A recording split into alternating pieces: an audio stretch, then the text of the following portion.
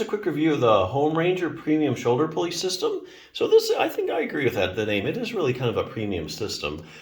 It's got some features that I really like that I don't see on a lot of other shoulder pulleys. First off, why would you want a shoulder pulley? It's basically to increase range of motion or decrease stiffness, increase flexibility of your shoulder. The idea is you're using your good arm to help out your bad arm. So you're able to like pull down on the pulley, which is raising your bad arm and giving it a good stretch. Other than that, shoulder pulleys are really mostly about increasing range of motion. They're not really so much for strengthening, unless you're super weak. Like if you've had a stroke, and let's say you're sitting and you have your hand on your knee, if you can't even lift your hand up off your knee and you're super weak like that, then a shoulder pulley actually might help you strengthen a little bit. But other than that, this is all about increasing range of motion, getting rid of that stiffness in your shoulder. So a couple things to look for when you're buying a shoulder pulley. The first thing is how it attaches to your door. There's two main ways. It either has a metal bracket like this one, which is good, real sturdy.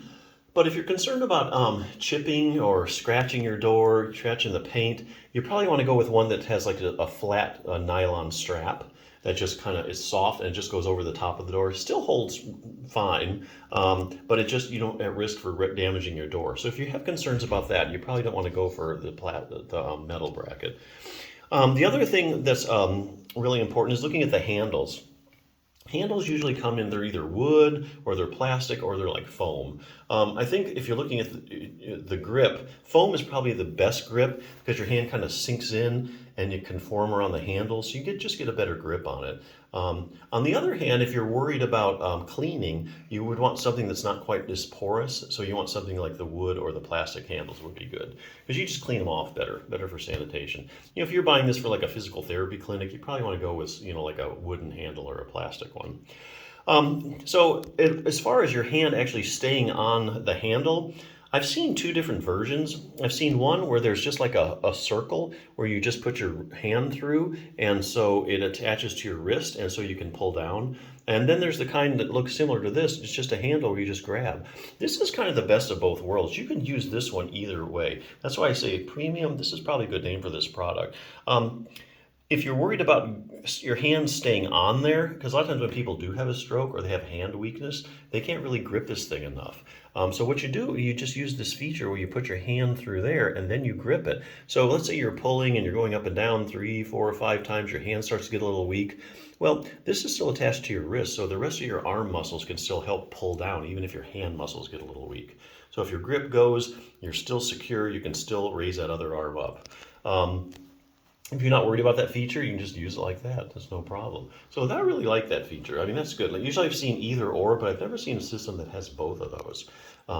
Anyway, so yeah, if you're looking to increase shoulder range of motion, it's particularly raising your arm up, I think this is a good one to try out. Now, if you're trying to get your shoulder in overall good shape, there's a couple other things you need to be aware of that you need to be doing besides flexibility. I'll just show you real quick. Bulletproof your shoulder has a couple things in there I want to show you that you can do. Let's see here. Okay, so the first thing is creating a stable base, a highly stable joint.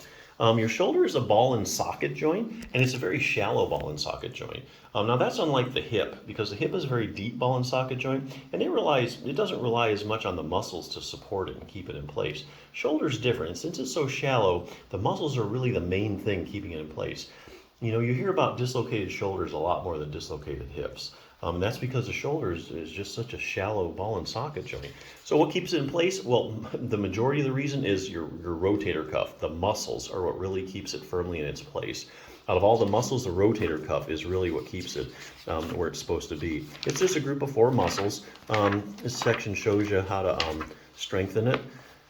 Let's see. So even if you have a strong ball and socket joint, your shoulder operates on a base. That base is called the scapula, which is your shoulder blade. So even if you have everything really, ball and socket joint, great rotator cuff strength, if your base doesn't stay where it's supposed to stay, you can start having shoulder problems.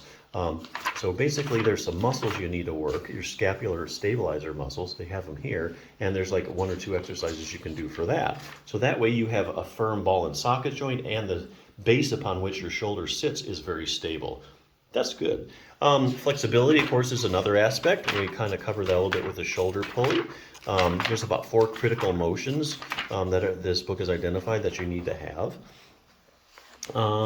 And the last thing that a good shoulder needs to optimally function is increased proprioception. So there's a lot of research now showing that people with shoulder problems have problems with proprioception. That's your position sense.